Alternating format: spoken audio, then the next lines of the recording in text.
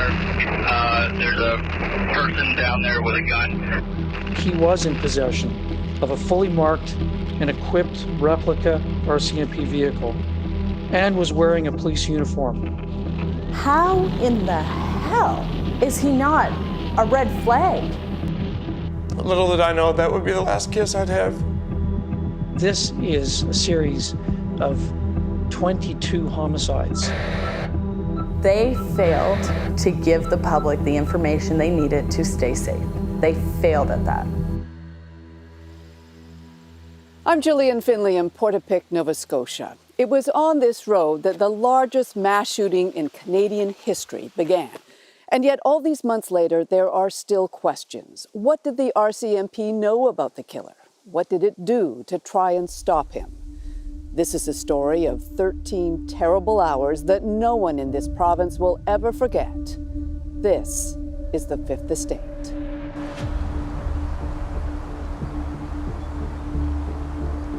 Portapique is Nova Scotia cottage country, nestled on the shores of the Bay of Fundy, a quiet place. But on the night of April 18th, Portapique was on fire. There were gunshots, and soon accounts were circulating on Facebook. I have a lot of friends that live down in the Portapique area, and they said there's large fires over the tree line, and that they heard it was possible shooting. So I didn't think anything of it at first, and then I heard that it was on Portapique Beach Road. Portapique Beach Road is just around the corner from where Tyler Blair's father, Greg, lived, with his wife, Jamie, and 2 younger sons. Their neighbor was a man named Gabriel Wortman. Adventurous by profession to his neighbors in Portapique, Wortman was an eccentric, known to have guns and a temper. That night, he was on a rampage. I believe my father was outside at the time when Gabriel came in, and I think a few words were said, and they said they heard my dad yell, "What the F are you doing with a gun?" And then he shot my father. That's when Jamie ran back into the door and got them and pushed them down the hallway, and they all ran down into their bedroom. And my 2 little brothers hid behind the bed, and Jamie put her back up against the interior door of their bedroom, and he just shot right through it. Police would later tell Tyler his parents were the first to die that night. His stepmom was shot while on the line to 911. Jamie, she's like a mother to me for almost 20 years. One of the best people you ever meet. They're great people, very hard workers. My father's worked very hard his whole life, and he finally just became mortgage-free, debt-free. He was about to start living life, I want to say, but I got cut short.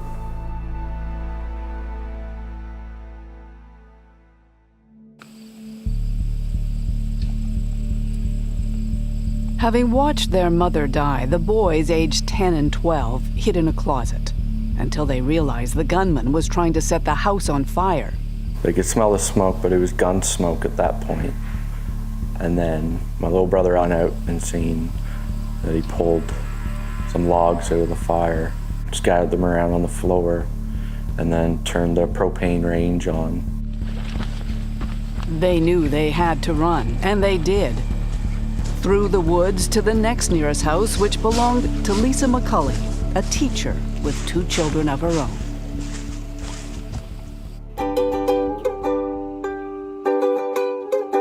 I know you belong to somebody new. She was such a vibrant expression of life.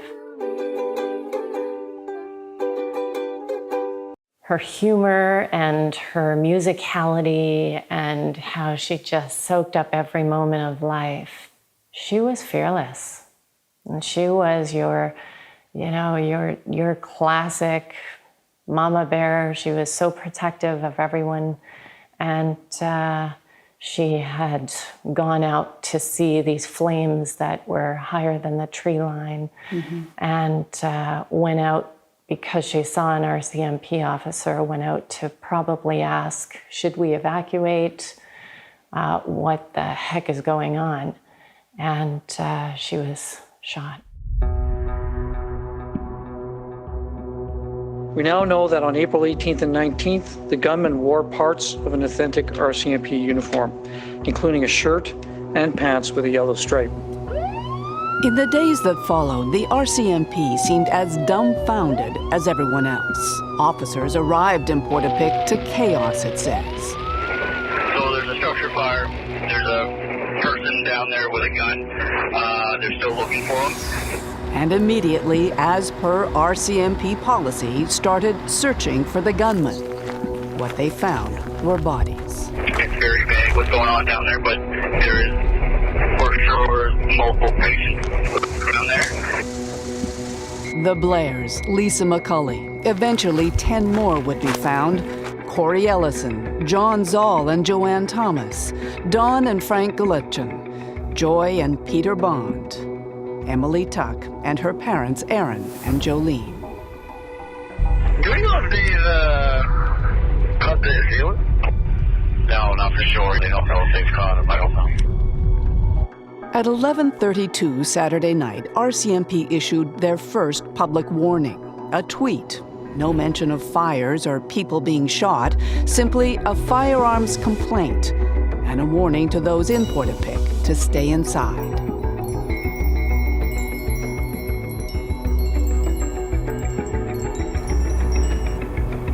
"50 kilometers away from Portapique, north of the town of Truro, Nick Beaton and his wife Kristen had also seen posts on Facebook. We talked about it and went to bed. I stayed up a little later kind of watching what was going on. It just went quiet. Kristen was a community healthcare worker who often traveled to places like Portapique. But that night, there was no sense of impending danger. You know, I was thinking of the people that live there, but there was no real concern, like it wasn't next door by any means, and there's a lot of communities between us and Portapique. For the family of a nurse, though, a colleague of Kristen's, there was concern. Heather O'Brien was a longtime friend of the Blairs from Portapique. Her daughter, Darcy, was the first to hear the terrible news. My husband came out and woke me up at 5:30 in the morning on the 19th. At that point, we weren't sure what had happened, and called my mom. And I said, Jamie and Greg are dead. I'm not sure what's going on. Internal police bulletins show that overnight the RCMP identified Wortman as a possible suspect. But it wasn't until dawn, they say, that a witness emerged to confirm their suspicions. I heard a banging at my door. I peeked around. It's Gabriel Wortman's girlfriend. I went to the door, opened the door, pulled her inside, slammed the door, and relocked it. She told him she'd been hiding in the woods all night. She'd later tell police Wortman had beaten and restrained her. She's just freaking out, bouncing around the floor, and said Gabriel lost his mind. I said, no shit, he burned his own house down. And she's just panicked. I put her in the bathroom. I called 911. Our officers responded, and it was at that time that through that significant key witness, we confirmed more details about Gabriel Wortman. This included the fact that he was in possession of a fully marked and equipped replica RCMP vehicle and was wearing a police uniform. But where was that vehicle? And where was Wortman? More than 12 hours after our initial arrival in the Portapique area, that we began receiving a second series of 911 calls. That was in an area which was more than 60 kilometers away from the Portapique area. That area is the Wentworth Valley, 45 minutes by car. The calls were coming from another collection of country homes and cottages on Hunter Road. And my neighbor said, texted and said, did anybody hear shots early this morning? And I said, I didn't hear any shots this morning, but I said, I can hear something now. then all of a sudden there was a big explosion. And I'm like, oh my God, like, what, did you hear that? What's going on? And they texted back and they said, oh my God, don't go anywhere. There's a crazy man on the road. Security cameras would record what looked like an RCMP cruiser on Hunter Road at 6:30 that morning, near the home of Alana Jenkins and Sean McLeod. When the car left 3 hours later, they would be dead. I mean, do you have any idea why he would have targeted them? Maybe because they were happy. Maybe he was jealous, envied them because they had a life that he didn't have. I really don't know. That's the only reasoning that I could come up with. Wortman knew Jenkins and McLeod. They were correctional officers, father and stepmother to 2 girls, 18-year-old Amelia. Everything I know my dad taught me, I wouldn't be who I am without him. Like, I grew up going fishing, hunting. Like, he taught me everything. Like, they were really caring, selfless, loving, fun. Their house was always welcoming to everybody, so.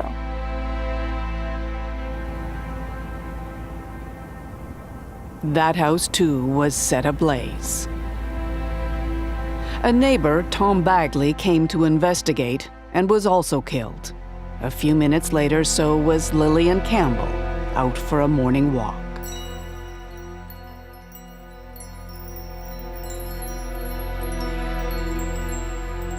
Hunter Road in Wentworth is about 40 kilometers from the town of Debert.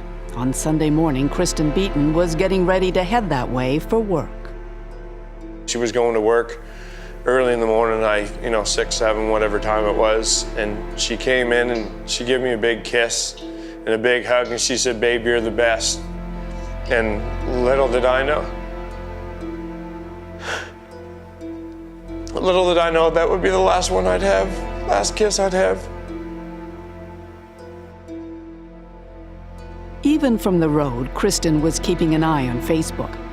It was just before 10 that she called Nick to say someone had reposted a new RCMP tweet identifying Gabriel Wortman as the Portapique suspect. And I remember writing it down on a piece of paper, and I was talking, I just said, okay, I'm gonna go and see if he has Facebook to find his picture, to send it to you, just in case you see him, to avoid him or what have you, like thinking that that it was like an isolated incident, that him and family got into it or, whatever, not thinking that he's out targeting innocent people. And I sent her the picture of him, and it was the last thing she read.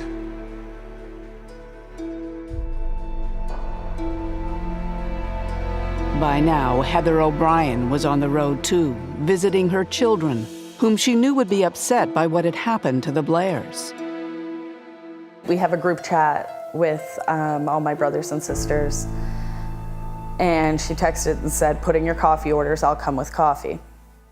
And she knew we were all kind of a little bit on edge about what was happening in Portapique, so she just, I think more than anything, she just kind of wanted to see us, make sure everybody was okay. Heather O'Brien and Kristen Beaton would die on the same rural road, 300 meters apart. She sent us a text message at 9:59 that said the RCMP, the words were RCMP and shots fired into Bert. I think she happened to be right there when Kristen Beaton was killed. That he thought that maybe she witnessed it or she saw too much, heard too much. She was just in the wrong place at the wrong time. So 12 hours after it started, the death toll was 19, and the gunman, dressed as a cop, wasn't finished yet. From Debert to an area called Shubenacadie, it's another 50-kilometer drive. Once again, security cameras captured Wortman along the way, calmly stopping to remove his jacket before carrying on. By now, the RCMP was getting reports of sightings. Having failed to set up barricades overnight, it started dispatching officers to set up roadblocks. Constables Chad Morrison and Heidi Stevenson were traveling to meet each other. Both were communicating on their police radios with each other. What appeared to be a marked police vehicle then approached Constable Morrison. Constable Morrison thought that the vehicle was Constable Stevenson. The approaching police vehicle was actually driven by the gunman. The gunman pulled up beside Constable Morrison and immediately opened fire. Morrison would survive the shooting. A few minutes later, Stevenson would not. After crashing into her cruiser, Wortman killed her and stole her service pistol before turning on Joey Weber, who had stopped to help. He then set all the cars on fire. We're still overhead of vehicle fire at the exit on Highway 2. It actually looks like might be a police car involved. There's other police vehicles there. We just killed a real concrete in front of us. Oh my God. Oh God. The gunman's last victim was Gina Goulet, a fellow denturist who happened to live nearby.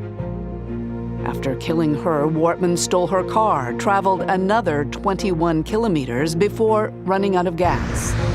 It was only then, and only because an RCMP tactical unit had also stopped for gas, that the killing spree was finally brought to an end. While he's at the gas pumps, one of our tactical resources came to the gas station to refuel their vehicle. When the officer exited the vehicle, there was an encounter, and the gunman was shot and killed by police. Roger, we have reports of the suspect down at the Enfield Big Stop.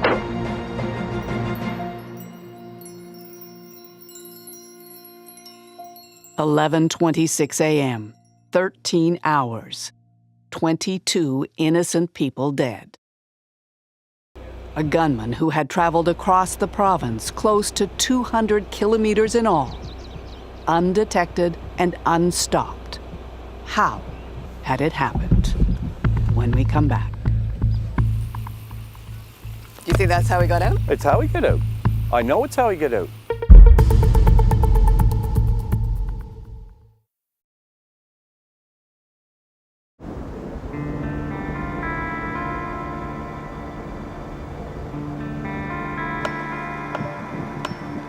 Seven months later, the grieving continues for the 22 Nova Scotians who were killed. Compounding the grief are the questions. What did the RCMP know? What did they do to try and stop the killer? Could any of the victims have been spared? It all happened so fast that I don't believe anyone could have saved Lisa. I think that what could have saved Lisa is to go back 10 years. In 2002, Gabriel Wortman was convicted of assault.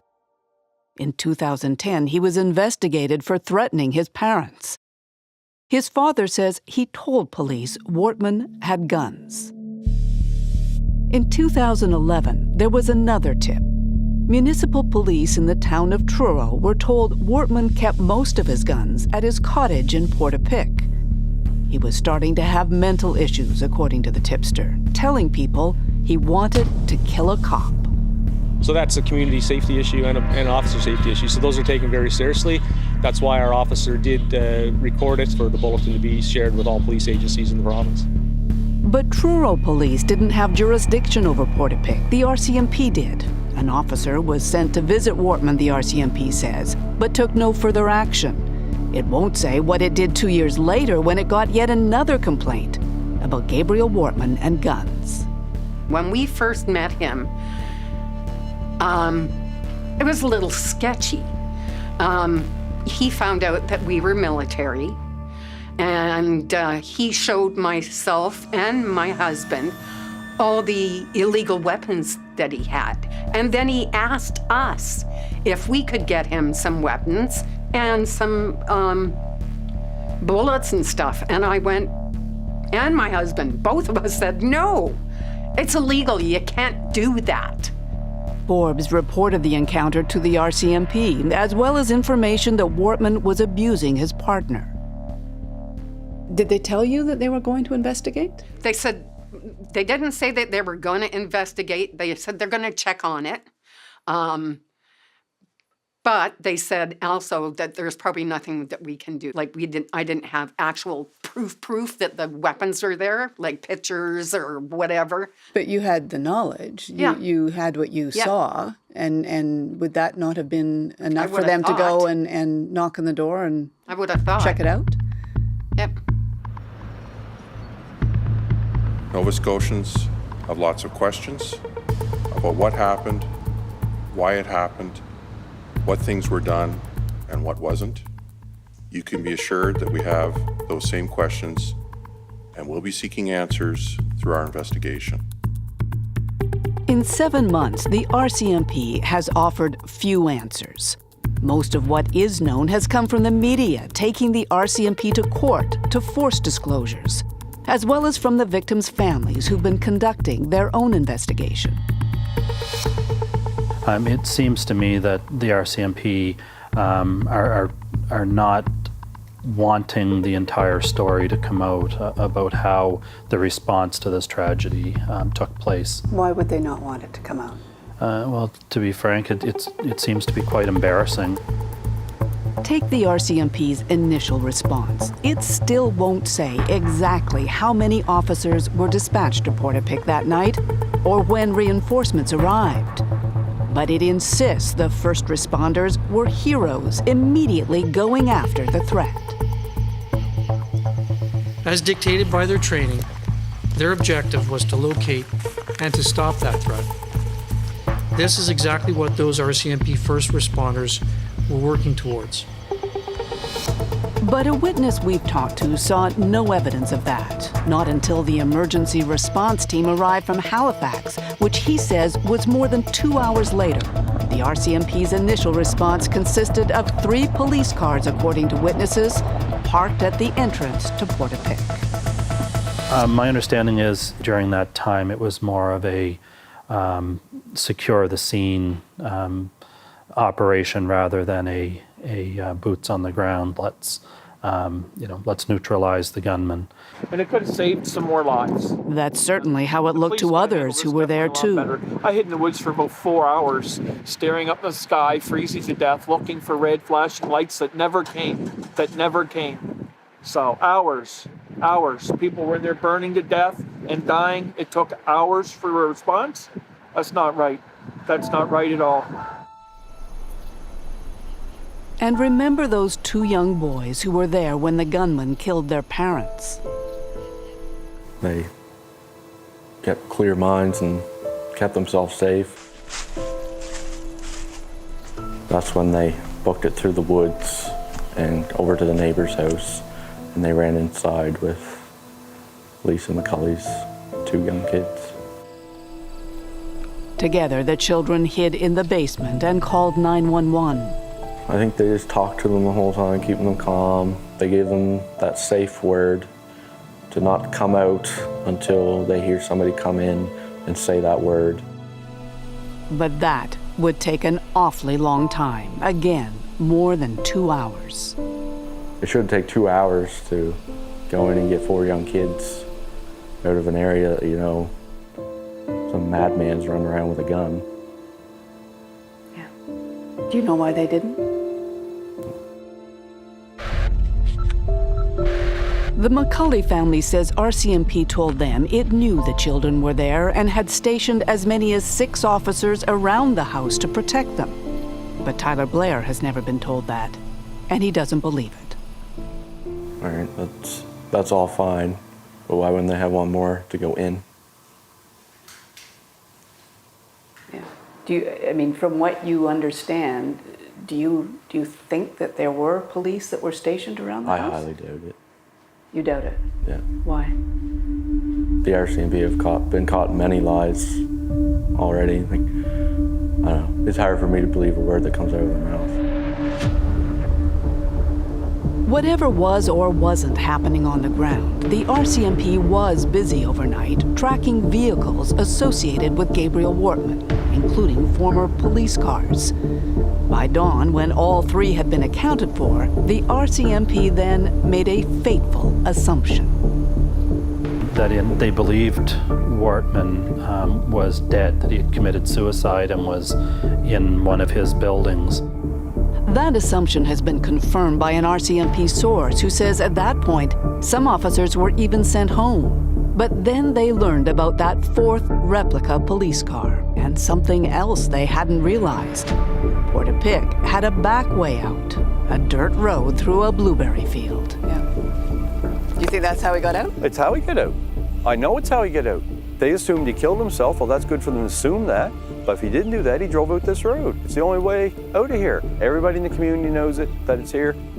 But Leon Jodry says that night police didn't ask. What would you have told them? They went out this road. It's just unbelievable it happened. That they assumed and then didn't know until he picked up killing. He could have been in a plane in another country if he would have played his cards right.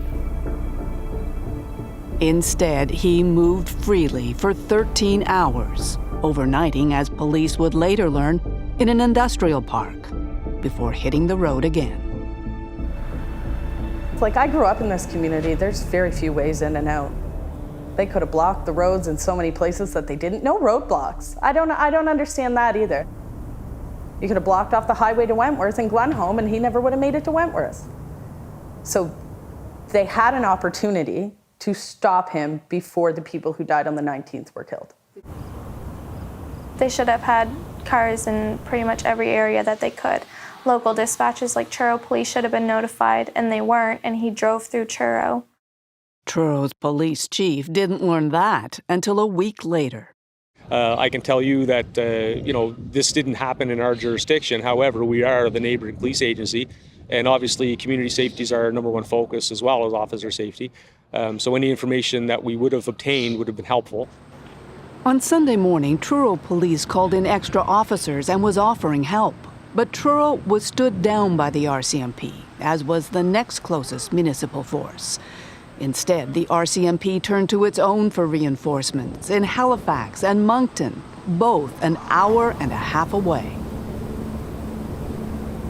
With so many out-of-town officers converging near Portapique, communication was a challenge, one that almost turned deadly in the nearby community of Onslow. Having realized Wortman had escaped Portapique, on Sunday morning the RCMP sent a bulletin to all police services to be on the lookout for the fake cruiser. At Onslow's volunteer fire hall, an officer was standing guard in his cruiser when another RCMP car drove by. Minutes later, there was gunfire. I heard the shots. I was in this front room right here. Somebody come running through the front door yelling, take cover, get down, or shots fired. Both front doors opened. They ran. One ran into the ditch and one ran behind the garbage bin.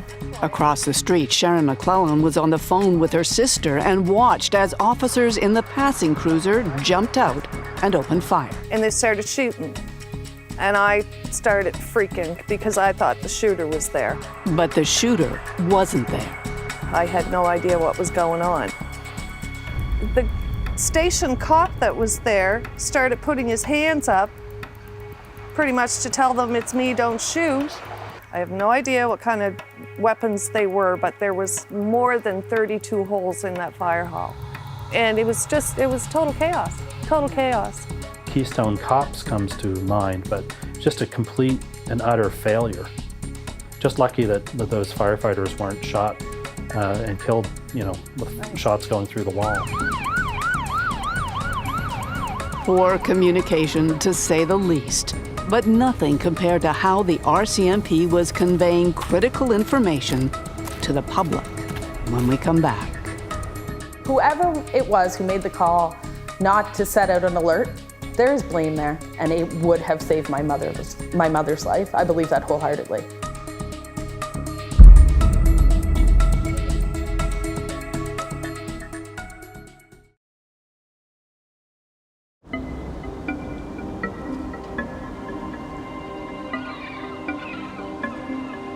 In times of emergency, information can save lives.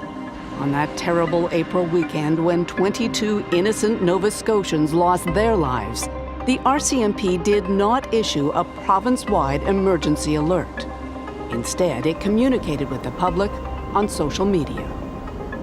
They shared everything over Twitter, which is an absolute piss-off to me and anyone I have a conversation with. Are you on Twitter? I don't know anyone that's... Ryan Reynolds is the only one I know on Twitter. Like, nobody I know uses Twitter. In 13 hours, the RCMP tweeted 10 times, relying, it later said, on local media to rebroadcast the tweets. Anyone who did see them would have assumed they were the latest and most complete information the RCMP had. But that wasn't always the case. Remember what the RCMP said about how and when it learned critical details about the gunman. It was at that time that through that significant key witness, we confirmed more details about Gabriel Wortman. This included the fact that he was in possession of a fully marked and equipped replica RCMP vehicle and was wearing a police uniform. The RCMP said that information came from Wortman's partner, who didn't emerge from hiding until early Sunday morning. Prior to that time, we did not have all those details. The bulk of the details about our suspect came to us at that time. But we've learned the RCMP did have the very same details at least 8 hours earlier from the very first witness it encountered in Portapique. That man has never been identified publicly. He was driving his car when Wortman shot and injured him. He wouldn't speak to us, but at 10:30 Saturday night, he did speak to an RCMP officer on the scene. I saw Gabe, I saw him, and I saw his gun. He had a laser sight on the gun. In this audio tape obtained by the Fifth Estate, he explains to a private investigator what he told the officer. I think I literally said, I'm 90% sure it's my neighbor Gabe, and he had an RCMP officer, or RCMP car. I knew he had those cars, but I'd never seen them badged. The badges, he said, made it look exactly like a real police cruiser. It was a replica RCMP car. Right away, grabbed his radio and radioed exactly what I told him. He did radio that right away to somebody. 3170 Popeye, The RCMP must have believed the man because internal police bulletins show that by 1 a.m. it had identified Wortman as a suspect, linking him to an old white police car. 7 hours later, an update called it a fully marked police car and gave the number. Crucially, it also warned police that Wortman could be anywhere in the province.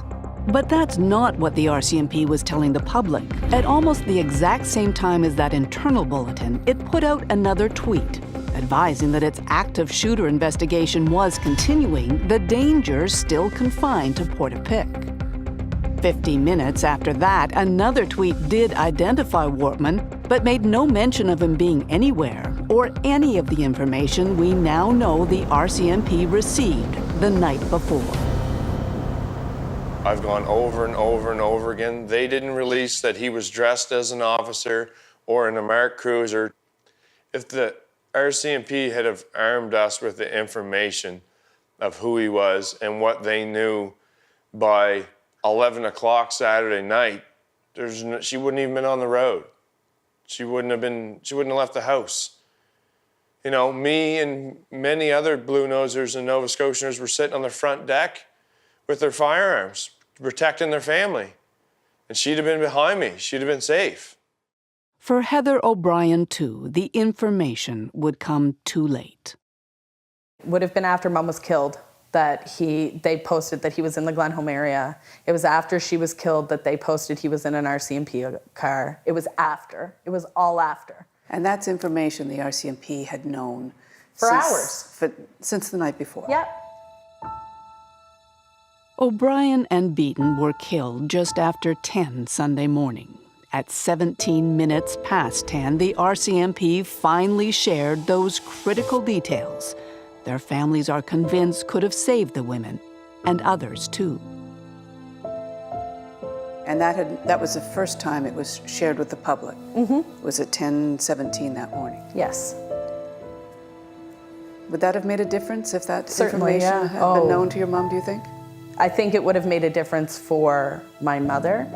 I think it would have made a difference for Lillian Hislop and Kristen Beaton, Joey Weber. Because why? Tina Goulet. They failed to give the public the information they needed to stay safe. They failed at that. Heather O'Brien was mother to 8, grandmother to 12. My mother was kind. I think that is the easiest word to describe her, is she would do anything for anybody. She would give you the shirt off her back. So she was spiritual. She was very in tune. She was amazing. She really was. She, natural born healer, that one. She wanted to save the world, so. It's almost like she knew she had to put a whole life's loving into 3 years. Life was perfect.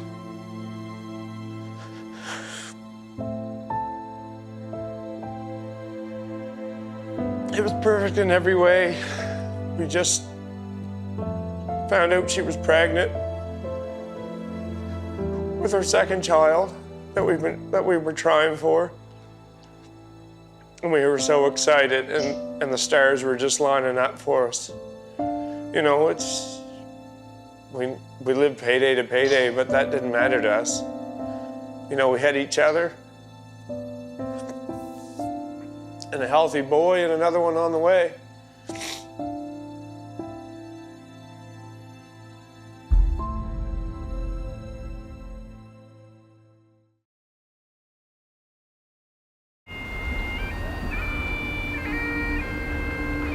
In the aftermath of the tragedy, Nova Scotia stood strong, embracing the families of the 22 who were killed.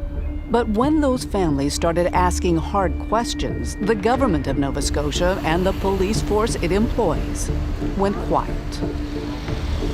The RCMP really didn't tell me jack shit. I know just as much now as I did back in April or May. What do you make of that? Now it's disgraceful. I think we shouldn't have to fight and beg for answers. That's the way I look at it. But they did have to fight, and because they did, there will now be a public inquiry, though findings will take at least 2 years. Every family still has its questions. Why the RCMP apparently made that fateful early assumption that Wortman was dead. I asked that question in my interview. They couldn't answer it. They were going to look into it and get back to me. I haven't heard nothing yet. It's been months. So when you don't have answers, your mind creates questions. Heather O'Brien's family wants a straight answer as to how she died. The RCMP insists Wortman's impersonation of an officer played no role in her death or any. The gunman did not use the RCMP replica vehicle to pull over any of the victims who were in their vehicles at the time. We know that at least 3 of the victims were either stopped because they saw an RCMP car and felt safe, stopped because they thought they had a duty to stop because it was an RCMP car, or actively stopped to help the RCMP in apparent distress. To say that the vehicle and or uniform didn't play a role in those, I think, is deliberately misleading.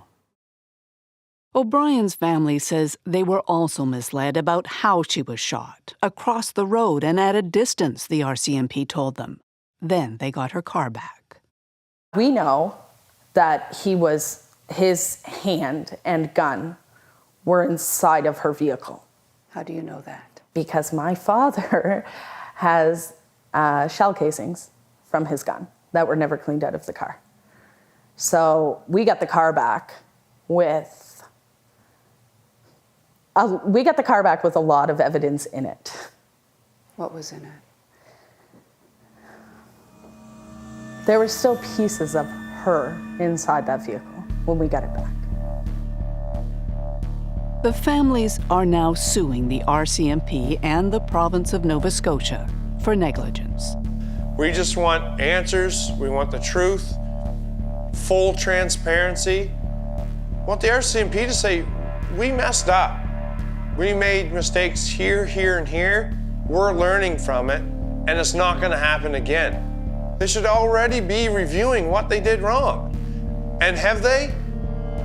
The RCMP won't answer that or any questions because it says it's still investigating how Gabriel Wortman got his illegal weapons and who might have helped him. Relevant questions to be sure, but not the only or most important ones for the 22 families now struggling to move on. So, Mia, if you could join your mother down in front of the screen. We have a tribute to you, Mia, and your father, Sean, and Alana. So we'd like to have you join us down in front of the screen, please. In June, Amelia McLeod graduated from high school without her dad. It was hard, a really emotional day. But in your mind, what did you think that day was going to be like had your dad been there? I knew it would have been a lot happier day. I knew he would have been there. He would have been so proud. They both would have been.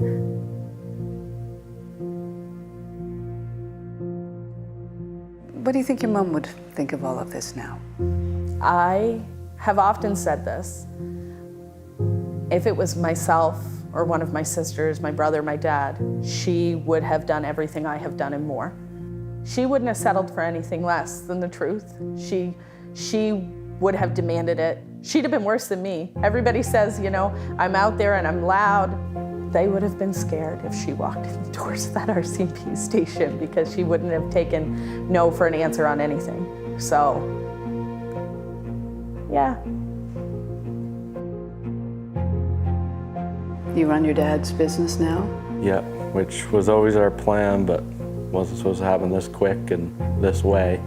And you are now taking care of your brothers? Yep. And how old are you, Tyler? 27. All of this on your shoulders at 27? Yep. Doing what I should do, what my father would have wanted me to do. I can lay here and bawl the rest of my life, which I know Kristen wouldn't want, or fight, because I'm not sitting back. I tried to sit back so I could heal, so I could deal with it, and I can't. I need answers. I said no more, no more. I'm ready to fight.